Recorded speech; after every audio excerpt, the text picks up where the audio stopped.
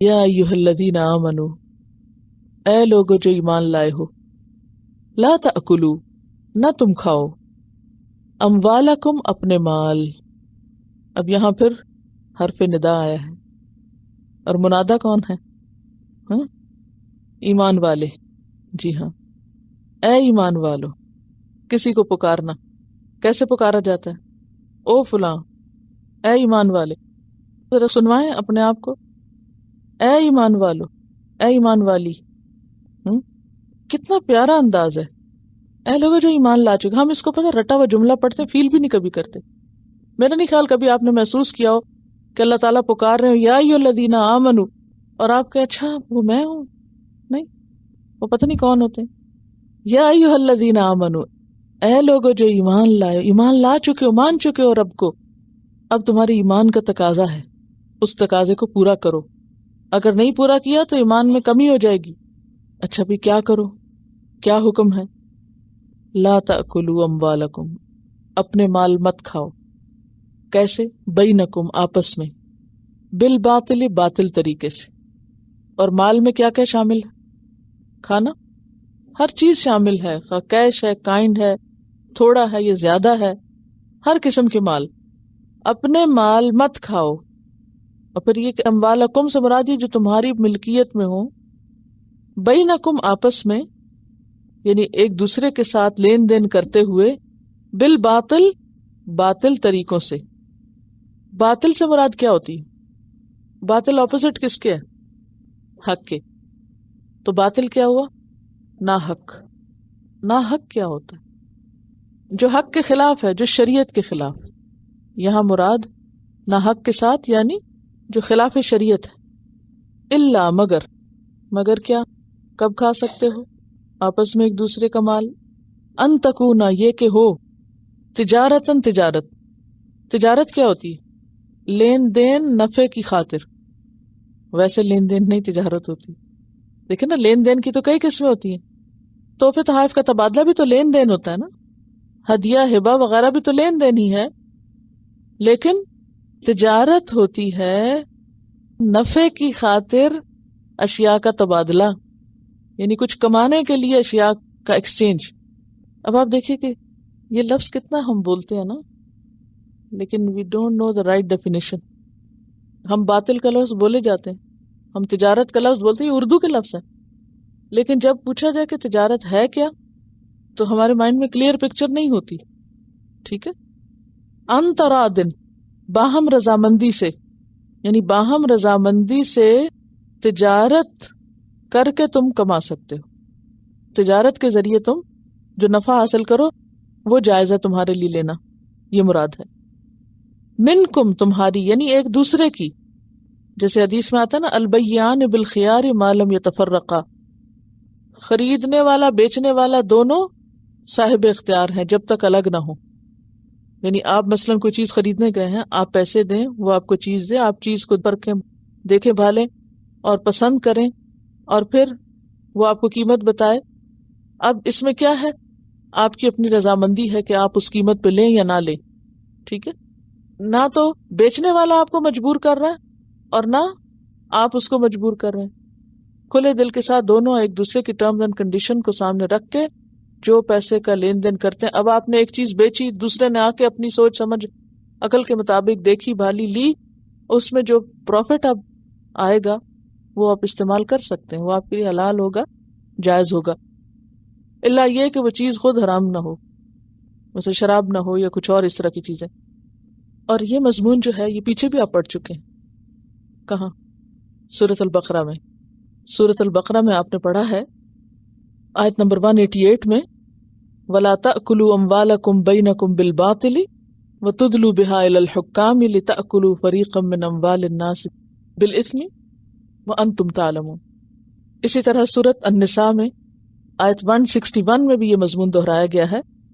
فَبِظُلْمٍ مِّنَ الَّذِينَ هَادُوا حَرَّمْنَا عَلَيْهِمْ طَيِّبَاتٍ أُحِلَّتْ لَهُمْ وَبِصَدِّهِمْ عَنْ سَبِيلِ اللَّهِ كَثِيرًا وَأَخْذِهِمُ الرِّبَا وَقَدْ نُهُوا عَنْهُ وَأَكْلِهِمْ أَمْوَالَ النَّاسِ بِالْبَاطِلِ.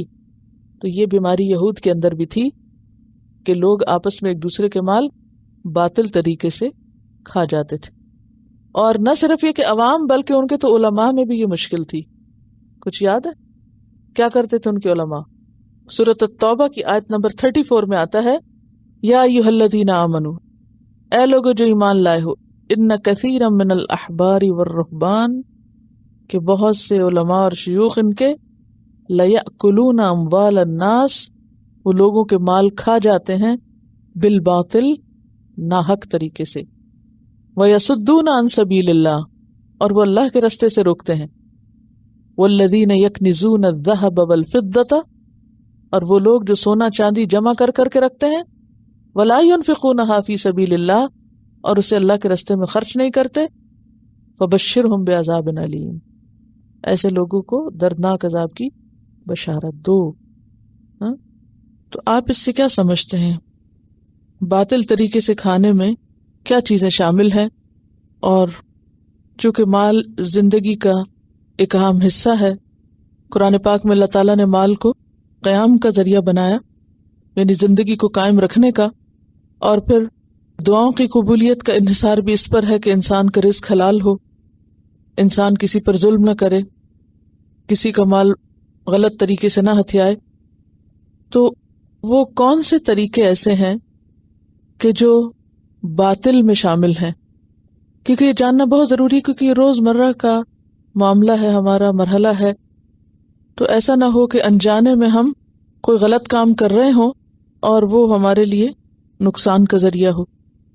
کیونکہ اگر رزق حرام ہو تو عبادت قبول نہیں، دعا قبول نہیں، اور اگر عبادات قبول نہیں تو پھر یہ ساری محنت کس لیے؟ تو اس کا یہ مطلب نہیں کہ انسان محنت چھوڑ دے، عبادت چھوڑ دے، بلکہ اس کا مطلب یہ ہے کہ انسان اپنے رزق کے یا اپنے مال کمانے کے یا حاصل کرنے کے جو طریقے ہیں ان کو درست کر لے. تو آپ کی سمجھ میں کیا آتا ہے کہ اس سے کیا مراد ہے؟ دیکھیے یہ جو آیت ہے نا، اس میں اللہ تعالیٰ فرماتے ہیں یا ایھا الذین آمنوا لا تأکلوا اموالکم بینکم بالباطل، اے لوگو جو ایمان لائے ہو، آپس میں ایک دوسرے کے مال باطل طریقوں سے نہ کھاؤ. اور اس میں یہ بھی شامل ہے کہ جو خود مال کماتے ہو وہ بھی باطل طریقے سے حاصل کیا ہوا نہ ہو، بلکہ جائز طریقے سے حاصل کردہ ہو. تو اس میں جب لفظ باطل آئے تو باطل کس کے اپوزٹ ہے؟ اب اس کو ذرا سا آیات کے اوپر رکھ کے سوچئے، اور پھر اس کے بعد ہم حدیث سے دیکھیں گے کہ باطل میں کیا کیا شامل ہے. کیونکہ ہم صرف اپنی عقل سے یا اپنے مشاہدے سے جو چیزیں باطل سمجھتے ہیں انہی کو باطل نہیں قرار دیں گے، بلکہ یہ بھی دیکھیں گے کہ اللہ کے رسول صلی اللہ علیہ وسلم نے اس کی وضاحت کس طرح فرمائی ہے. لیکن قرآن پر غور و فکر کا طریقہ یہ ہے کہ اس کے الفاظ کو پہلے سمجھیں، اس کی مراد کو سمجھیں، اور پھر اس کے بعد اس کی آگے تفصیل کو جانیں. تو یہاں پر کھانے کی بات ہو رہی ہے، اور جیسے کہ پہلے بھی میں عرض کر چکی ہوں کہ مال کو کھانے سے تشبیہ کیوں دی گئی، کیونکہ اس میں دو مماثلت کی وجہ ہیں. ایک تو یہ کہ انسان اپنے مال کا یا روزمرہ خرچ کرنے کا زیادہ تر حصہ جو ہے وہ کھانے پینے کی اشیاء پر خرچ کرتا ہے. نمبر دو یہ کہ جب کوئی چیز کھا لی جاتی ہے تو پھر اس کے بعد وہ ختم ہو جاتی ہے ایک طرح سے.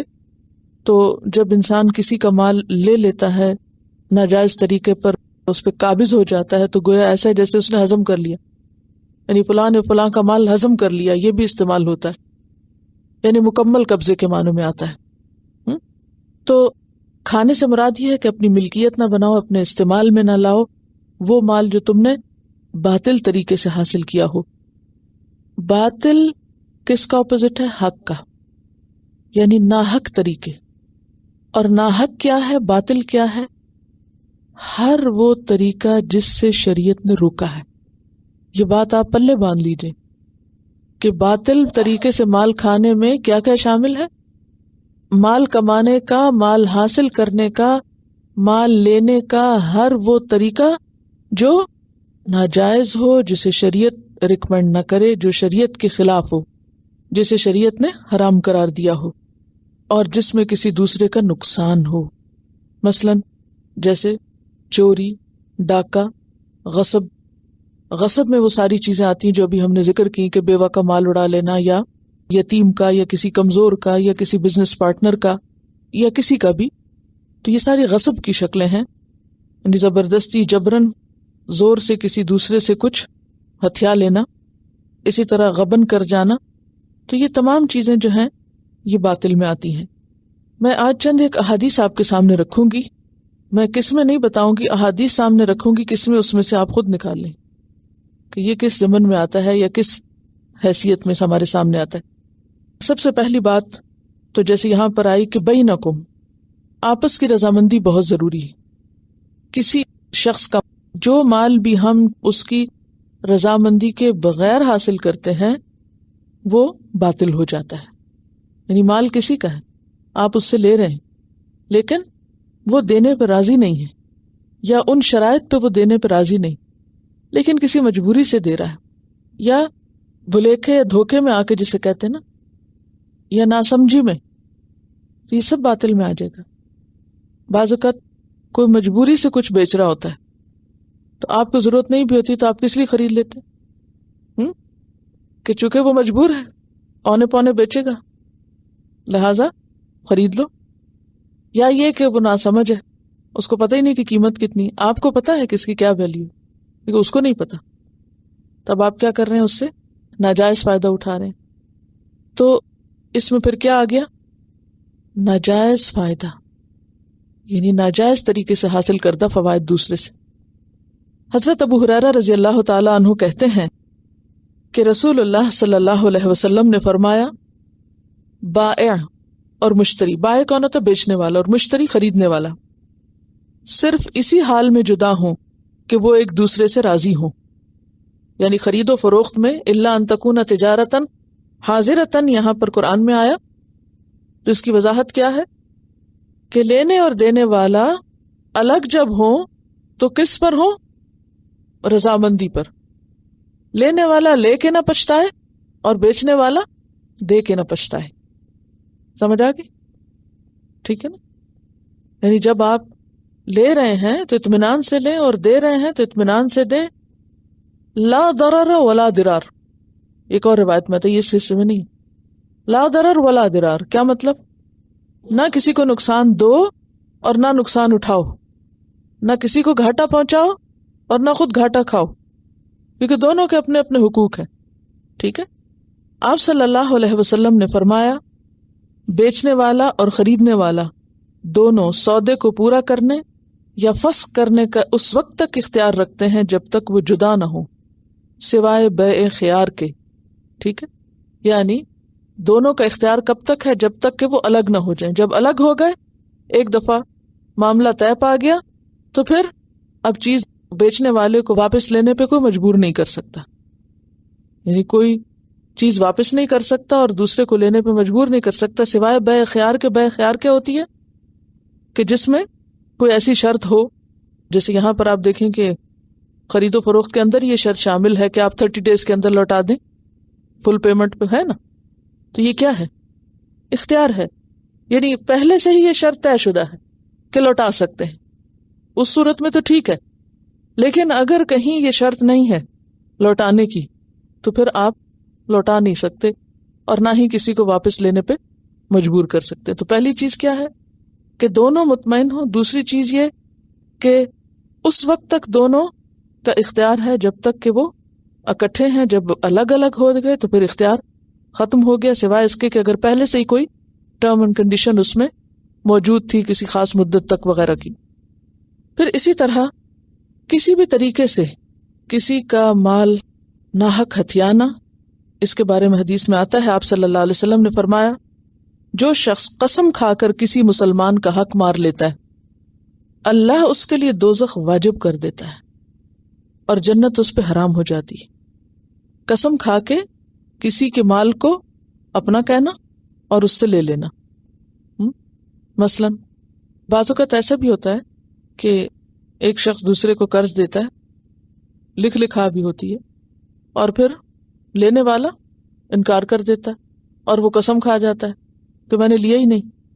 یہ اتنا بڑا جرم ہے کہ اس پر حدیث کیا ہے، مسلم کی حدیث ہے کہ جو شخص قسم کھا کر کسی کا حق مار لیتا ہے، اللہ اس کے لیے دوزخ واجب کر دیتا ہے اور جنت اس کے لیے حرام ہو جاتی ہے۔ اب دنیا کے حقیر فائدے کے لیے اگر انسان کسی کے مال پر حق جتائے، مثلاً یہ قلم کسی کا، وہ کہے نہیں خدا کی قسم یہ میرا ہے، اب قسم سے آپ نے اس کو حاصل تو کر لیا، حالانکہ آپ کو پتا ہے کہ آپ کا نہیں کسی اور کا ہی ہے.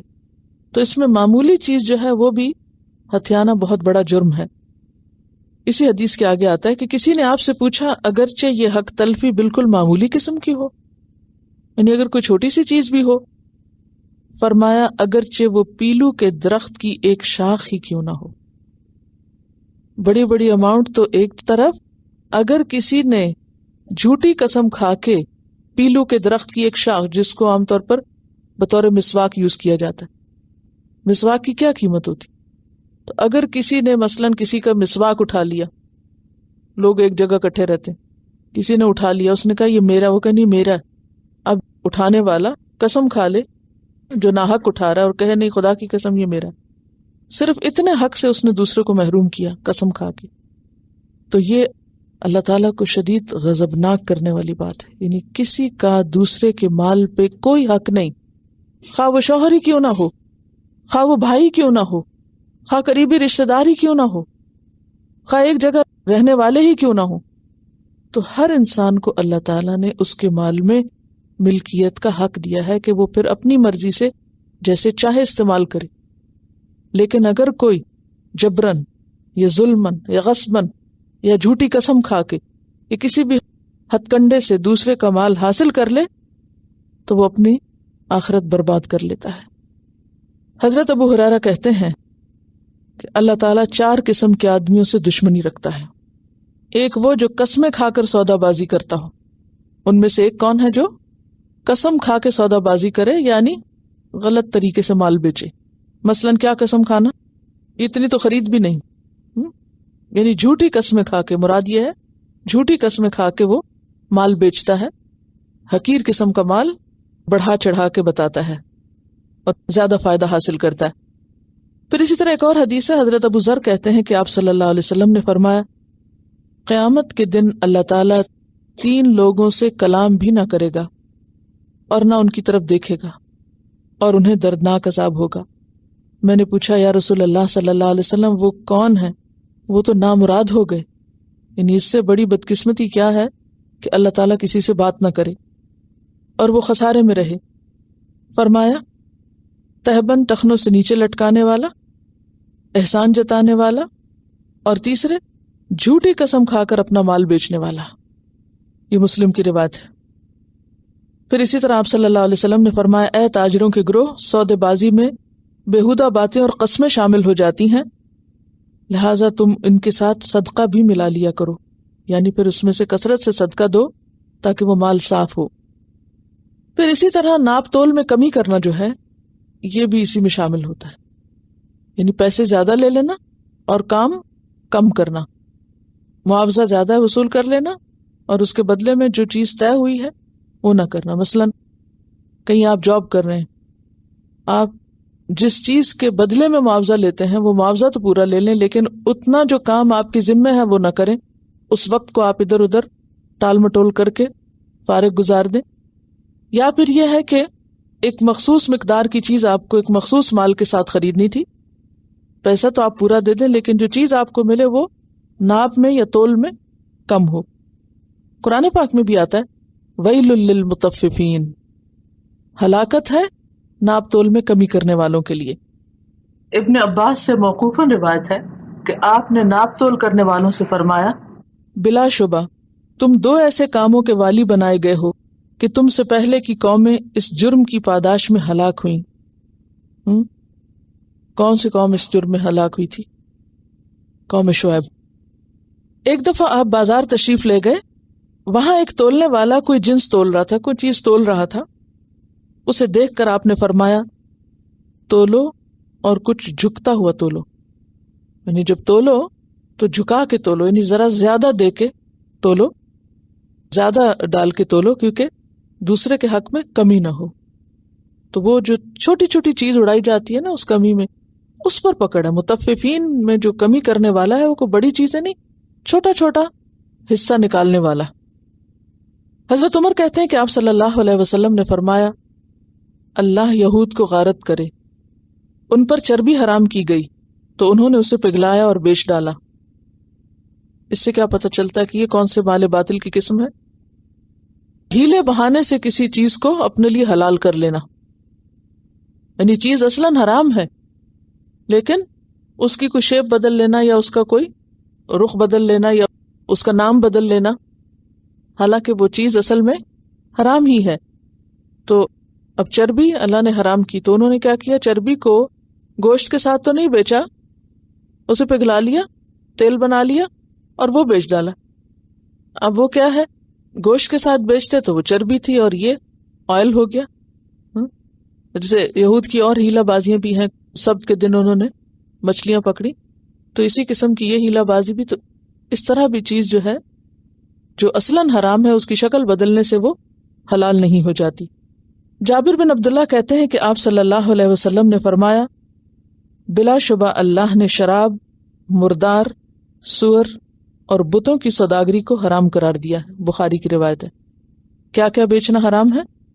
یہ کس چیز کی کمائی حرام ہے؟ شراب، مردار، میتہ، سور، بتوں کی سوداگری یعنی بت بیچنا خریدنا۔ ابو مسعود انصاری کہتے ہیں کہ آپ صلی اللہ علیہ وسلم نے کتے کی قیمت، فاحشہ کی کمائی اور نجومی کی اجرت سے منع فرمایا ہے۔ یہ مال حاصل کرنے کے طریقے خواہ کوئی محنت کر کے بھی کرے یہ بھی حرام ہے۔ کیا؟ کتے کی قیمت، جیسے کتا پالے اور اس کے بچے ہوں اور پھر وہ بچے جو ہیں کتے کے وہ آگے بیچے یا پال کے بڑا کر کے یا کوئی اس کو بزنس بنا لے تو یہ بھی منع ہے۔ اسی طرح فاحشہ کی کمائی سے مراد کیا ہے؟ یعنی کوئی عورت اپنا جسم بیچے، عزت و عصمت بیچے۔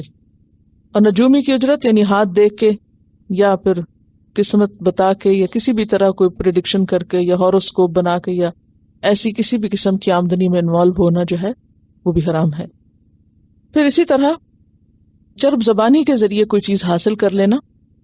حضرت ام سلمہ کہتی ہیں کہ آپ صلی اللہ علیہ وسلم نے فرمایا، میں بھی ایک آدمی ہوں، تم میرے سامنے جھگڑا لیے ہوئے آتے ہو، کبھی اپنی دلیل دوسرے فریق کی نسبت اچھی بیان کرتے ہو، یعنی ایک فریق دوسرے کی نسبت چرب زبان ہو کر اپنے موقف کو بہت اچھی طرح واضح کرتا ہے، میں جو سنتا ہوں اس پر فیصلہ کر دیتا ہوں، ظاہر پر فیصلہ کرتا ہوں کیونکہ حکم بھی یہی ہے۔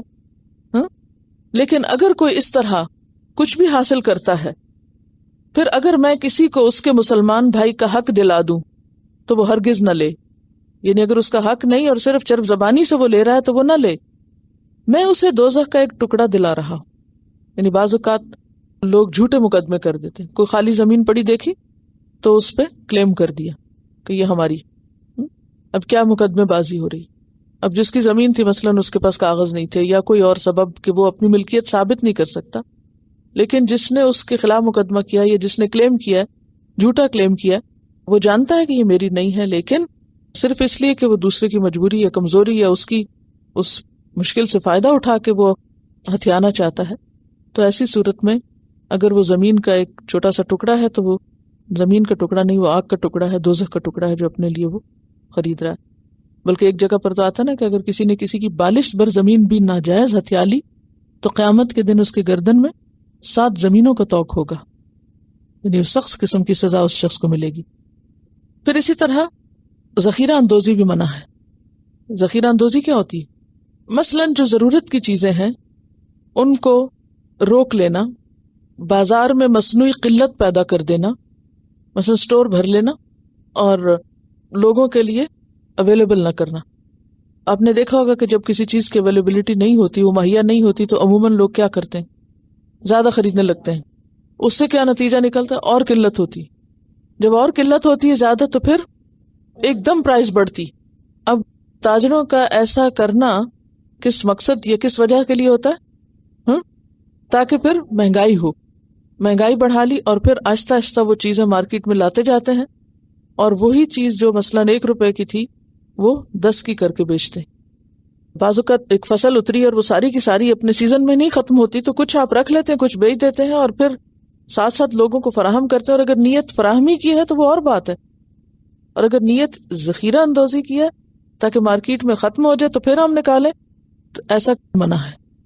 پھر اسی طرح چیز کا عیب نہ بتانا، یعنی دھوکہ دے کے بیچنا چیز کو۔ آپ صلی اللہ علیہ وسلم نے فرمایا، بیچنے والا اور خریدنے والا دونوں جب تک جدا نہ ہو صاحب اختیار ہیں. پھر اگر انہوں نے سچ بولا، صاف گوئی سے کام لیا، تو ان کے سودے میں برکت دی جائے گی، اور اگر وہ عیب چھپا گئے، جھوٹ بولا، تو ان کے سودے سے برکت اٹھا لی جائے گی. یعنی ایسی خرید و فروخت میں برکت بھی نہیں ہوتی. ایک دفعہ آپ صلی اللہ علیہ وسلم کا گزر ایک غلے کے ڈھیر پر ہوا. یعنی کوئی شخص غلہ بیچ رہا تھا اور ڈھیر تھا اس کے پاس. آپ نے اپنا ہاتھ اس میں داخل کیا تو اس میں نمی محسوس ہوئی. اس نے بھگویا ہوا تھا اندر سے. بھگویا کیوں تھا؟ وزنی ہو جائے، بھاری ہو جائے. آپ نے پوچھا، اے غلے والے، یہ کیا، ایسا کیوں ہے؟ یعنی اوپر سے بہت اچھا نظر آ رہا ہے اور اندر سے گیلا. کہنے لگا، یا رسول اللہ صلی اللہ علیہ وسلم، بارش ہو گئی تھی. آپ نے فرمایا، تو نے اس نمدار غلے کو ڈھیر کے اوپر کیوں نہیں رکھا؟ اور بارش ہو گئی تھی تو چھپانے کی کیا ضرورت تھی، تاکہ لوگ اسے دیکھ سکتے. پھر فرمایا، جس نے دھوکہ دیا اس کا مجھ سے کوئی تعلق نہیں. وہ مشہور حدیث ہے نا، من غش فلیس منا، جو دھوکہ دے وہ ہم میں سے نہیں. یعنی اس کا امت محمد صلی اللہ علیہ وسلم سے کوئی تعلق نہیں. کیوں؟ وہ تو دین اور اسلام کی بدنامی کا باعث ہے نا، ایسا شخص جو اوپر سے کچھ اور اندر سے کچھ. آپ صلی اللہ علیہ وسلم نے فرمایا، جب تم میں سے کوئی اونٹنی یا بکری خریدے جس کا دودھ بڑھایا گیا ہو، تو دودھ دوہنے کے بعد خریدنے والے کو دو باتوں میں سے ایک کا اختیار ہے. یا تو اسے رکھ لے اور یا تو واپس کر دے، اور اس کے ساتھ ایک سا کھجور بھی دے دے. عربوں کے ہاں جب لوگ جانور بیچتے تھے، عموماً بیچنے سے پہلے ان کا دودھ نہیں نکالتے تھے. تو وہ کیا ہوتا تھا، 2 ٹائم کا دودھ اگر جمع ہو جائے بکری کے تھن میں، تو جب وہ نکالا جائے تو عام مقدار سے زیادہ نکلتا ہے. خریدنے والے کو اس سے کیا دھوکا ہوتا ہے، تو بہت دودھ دینے والی بکری. لیکن جب وہ ایک دفعہ دودھ نکال چکتا ہے تو اگلی دفعہ اس سے آدھا بھی نہیں ہوتا. اب ویسے تو یہ ہے کہ ایک دفعہ خرید و فروخت ہو جائے، سودا طے پا جائے تو واپس نہیں لوٹا سکتے. لیکن یہاں کیا ہے، اس کو اختیار ہے کہ وہ چاہے تو رکھے اور چاہے تو دے. اور اگر دے تو وہ جو دودھ استعمال کیا ہے اس کے بدلے میں ایک سا کھجور جو ہے وہ ساتھ واپس کرے. دیکھیں کس قدر عدل و انصاف ہے نا، کہ لا ضرر ولا ضرار، نہ خود نقصان اٹھاؤ اور نہ کسی کو دو. یعنی اگر آپ صرف اس لیے لے رہے ہیں کہ اپنا کام چلائیں اور پھر اس کے بعد واپس کر دیں. مثلا ایک بچے کے بارے میں مجھے پتا چلا کہ اس نے اپنی اسائنمنٹس کرنی تھی، تو وہ کمپیوٹر لے آیا جس کی مدت یہ تھی کہ آپ پتہ نہیں اتنے دن میں لوٹا دیں. سارا کام کر لیا اور پھر اس کے بعد جا کے واپس کر کے پیسے ریٹرن کر لیے. جب آپ نے ایک فائدہ اٹھایا اس چیز سے، یعنی ایک کمپیوٹر سے، کسی بھی چیز سے آپ نے فائدہ اٹھایا اور آپ اس کے بدلے میں کچھ بھی معاوضہ نہیں دے رہے، تو یہ فائدہ اٹھانا کس کھاتے میں جائے گا؟ جبکہ آپ اسی نیت سے لے کر آئے ہیں. تو یہ ایک دھوکے کی نیت ہے نا. یا تو یہ تھا کہ واقعی آپ نے حقیقی معنوں میں خریدنا تھا اور آپ نے استعمال کر کے دیکھا اور پھر آپ کو صحیح نہیں لگا، آپ اس کے ساتھ کمفرٹیبل نہیں ہے، یا جو آپ کا مقصد تھا اس کو لینے کا وہ پورا نہیں ہو رہا، تو اس صورت میں اگر اس تجارت یا اس سودے کے شرائط میں شامل ہے کہ ہاں اتنے دن میں آپ چیز واپس کر سکتے ہیں، تو وہ ایک الگ بات ہے. لیکن صرف اس لیے لینا کہ فائدہ اٹھاؤ، کام نکالو اور پھر بس چھوڑ آؤ، تو یہ کسی مسلمان کو زیب نہیں دیتا. آپ یوز کر کے دیکھیں گے، اگر کمفرٹیبل نہیں ہے تو طے شدہ ہے نا. وہ بھی آپ کو یہ تو نہیں کہتے کہ آپ لے جائیں اور یوز نہ کریں اور 30 days میں لائیں، لیکن اس نیت سے لینا کہ لینی وینی کوئی نہیں، صرف فائدہ اٹھانا اور پھر واپس کر دیں گے، یہ نیت غلط ہے. دیکھیں 3 صورتیں. ایک تو یہ کہ آپ کی پکی لینے کی نیت ہے، آپ نے لی، آپ لائے، آپ کام کریں، لیکن جس مقصد کے لیے لی وہ پورا نہیں ہوا، واپس کریں. دوسری یہ کہ پکی نیت ہے کوئی نہیں لینا، اس صورت میں تو ٹوٹل ناجائز ہے کہ آپ لا کے فائدہ اٹھا کے واپس. تیسرا یہ کہ آپ ڈاما ڈول ہیں، لوں کہ نہ لوں، آدھی آدھی نیت ہے، اچھا لے لیتے، ٹرائی کر کے دیکھتے ہیں، سوٹ کر گیا تو ٹھیک ہے، نہیں تو واپس تو کر ہی سکتے ہیں نا، واپس کر دیں گے. ایسی صورت میں اگر آپ کی نیت میں پہلے دن سے یہ ہے کہ اگر یہ چیز ٹھیک نہ ہوئی تو واپس میں کر دوں گی، تو پھر اس صورت میں کیا کہ آپ اس کی کیئر کریں، آپ اس کو اچھی طرح سنبھال کے اور بہتر طریقے سے رکھیں کہ ان کیس آپ کو واپس کرنا پڑے تو دوسرے کا نقصان نہ ہو. یعنی دوسرے کو نقصان دینا یہی تو باطل طریقہ ہے. ٹھیک. پھر اسی طرح اور بھی بہت سی ایسی قسمیں ہیں جو مزید ڈیٹیل میں چلی جاتی ہیں. جو بزنس لوگ کرتے ہوں انہیں اس بارے میں مزید معلومات لینی چاہیے، لیکن عام لوگوں کے لیے اتنا جاننا ہی کافی ہے کہ کوئی بھی ایسا طریقہ جس سے کسی دوسرے پر ظلم ہو یا زیادتی ہو، یا وہ جو آپ اپنے لیے نہ پسند کریں کہ کوئی آپ کے ساتھ ایسا کرے. ان تمام چیزوں سے بچنا بے حد ضروری ہے. تو یہ ایمان کا تقاضا ہے. یا ایھا الذین آمنوا لا تأکلوا اموالکم بینکم بالباطل. بینکم میں کیا ہو گیا؟ خرید و فروخت کے جتنے بھی ایسے باطل طریقے ہیں جس میں کسی کے ساتھ بھی زیادتی ہو یا دھوکہ ہو یا نقصان ہو، وہ منع ہے. الا ان تکون تجارتا عن تراض بینکم. یہ چیز ہمارے روزمرہ زندگی سے متعلق ہے، تو اس میں اگر ہم خود نہ بھی انوالو ہوں کسی طرح، تو اپنے شوہر، اپنے بھائی، اپنے بچے، ایون بچوں کو آپ دیکھیں، بچے آپ کے ایسے ماحول میں رہتے ہیں نا کہ جہاں چاروں طرف اس قسم کی چیزیں ہو رہی ہوتی ہیں، وہ جب دیکھتے ہیں کہ اور سب یہ کر رہے ہیں اور وہ اس کو کس طرح پیش کرتے ہیں کہ صرف جائز نہیں، بہت سمارٹنس کی بات ہے. تو ایسی صورت میں اپنے ہی بچوں کو انکریج کرنے کی بجائے کہ ہاں واقعی تم تو بہت ذہین ہو، تم نے تو ایسا طریقہ دھوکہ دینے کا سوچا ہے جس سے پہلے کبھی کسی کے ذہن میں آیا نہیں، تو کیا کرنا چاہیے؟ ڈسکریج کرنا چاہیے. یعنی بہت سی چیزیں جو آپ یہاں پڑھتے ہیں، تو آپ یہ سوچ کے ذہن بلاک نہیں کر لیا کریں کہ ہمارے سے متعلق نہیں. کس لیے پڑھیں؟ اگر آپ سے متعلق نہیں تو آپ کے گھر میں کسی سے متعلق ہو سکتی ہے، اور کم از کم آپ کے پاس اچھے برے کی پہچان تو ہو کہ اگر کوئی آپ کے پاس کر رہا ہے تو نئی انل منکر کر سکے. اب آپ ایک کوشش تھوڑی سی کریں. اگر آپ واقعی سمجھتے ہیں کہ اس علم کے ساتھ آپ نے آگے بھی یعنی ایک تعلق رکھنا ہے، تو اس میں پھر تھوڑی تھوڑی ہر مہینے بچت کر کے کچھ نہ کچھ اپنی لائبریری میں اضافہ کرتے رہیں، اور اس میں خصوصاً آپ کے پاس تفسیر ابن کثیر ہونی چاہیے، اسی طرح تفہیم القرآن، تفسیر القرآن عبد الرحمن کیلانی کی، پھر اسی طرح کچھ اور کتابیں بھی. لیکن کوئی بھی چیز لینے سے پہلے یہ دیکھ لیں کہ آپ اس سے استفادہ کرنے کے کس حد تک قابل ہیں. یہ نہ ہو کہ وہ لا کے اور پھر بند کے بند رکھے رہیں اور ان کو کھول کے نہ دیکھیں، تو یہ بھی ایک مال ضائع کرنے والی بات ہے. ایک ویب سائٹ ہے millat.com، millat.com. اس میں اردو کی تفسیریں موجود ہیں. چلیے آگے چلتے ہیں. وَلَا تَقْتُلُوا أَنفُسَكُمْ، اور تم اپنے آپ کو قتل نہ کرو. اس کے دو معنی. ایک تو یہ ہے خودکشی. خود کو قتل کرنا کیا ہے؟ خودکشی. خودکشی کا مطلب بھی کیا ہوتا ہے؟ خود کو مارنا. خود کو مت قتل کرو، خودکشی نہیں کرو. اور جیسا کہ آپ جانتے ہیں احادیث میں بہت سختی کے ساتھ ممانعت ہے خودکشی کی. بخاری اور مسلم کی روایت ہے، جو شخص کسی لوہے سے خودکشی کرے گا وہ قیامت کے دن تک جہنم کی آگ میں لوہے سے خودکشی کرتا رہے گا. اور جو جان بوجھ کر مر جانے کی نیت سے زہر کھائے گا، یعنی بعض لوگ ہوتے ہیں نا کہ دھمکی دی گھر والوں کو اور ناراض ہوئے اور غصے میں آئے اور جا کے کوئی دوا بہت زیادہ اوور ڈوزنگ کر لی اور اس سے اس کی ڈیتھ ہو گئی، تو فرمایا کہ جو جان بوجھ کر مر جانے کی نیت سے کہ واقعی وہ مرنا چاہے زہر کھائے گا، اور زہر میں پھر ہر قسم کا زہر آتا ہے، وہ ہمیشہ ہمیشہ جہنم کی آگ میں زہر کھاتا رہے گا. یعنی آگ میں جلنے کے علاوہ ایکسٹرا اس کی سزا کیا ہوگی؟ زہر کھانا. بخاری کی روایت ہے، جو شخص اپنے تئیں جس چیز سے قتل کرے گا وہ قیامت والے دن اسی چیز سے عذاب دیا جائے گا. بخاری کی روایت ہے، تم سے پہلے کے لوگوں میں سے ایک شخص کو زخم لگے، اس نے چھری سے اپنا ہاتھ ہی کاٹ ڈالا، تمام خون بہہ گیا اور وہ اسی میں مر گیا. تو اللہ تعالیٰ نے فرمایا، میرے بندے نے اپنے آپ کو فنا کرنے میں جلدی کی، اسی وجہ سے میں نے اس پہ جنت کو حرام کر دیا. تو خودکشی جو ہے بہت بڑا جرم ہے. اور یہ احادیث سب صحیح ہیں، بخاری کی احادیث ہیں.